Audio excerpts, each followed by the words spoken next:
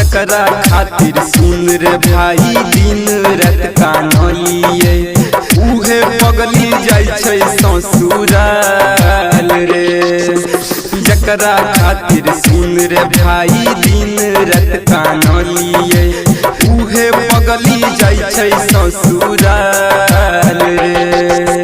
जकरा खातिर सुन रे भाई सब कुछ करलिए बनाही देलकै पगला के हाल रे।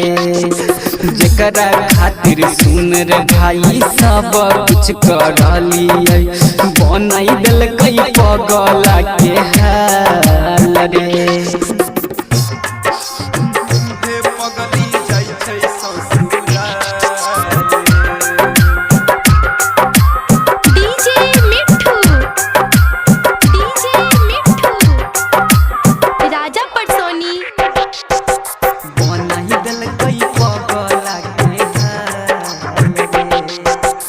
उहे हमर दुनिया छलै उहे अरमान रे तोरी देलकै सोनहिया के जाल रे।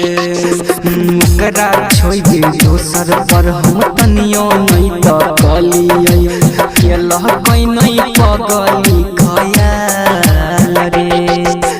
जकरा खातिर सुन रे भाई दिन रात कानलिए उहे पगली जाय छै ससुराल रे।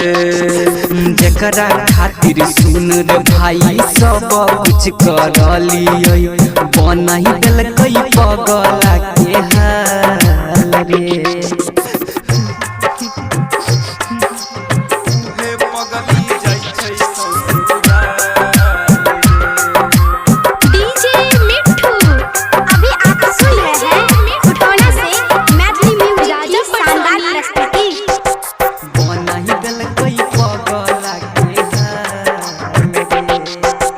कानी कानी कहै देखी अखिलेश देव जी करी है अजोर ससुराल के।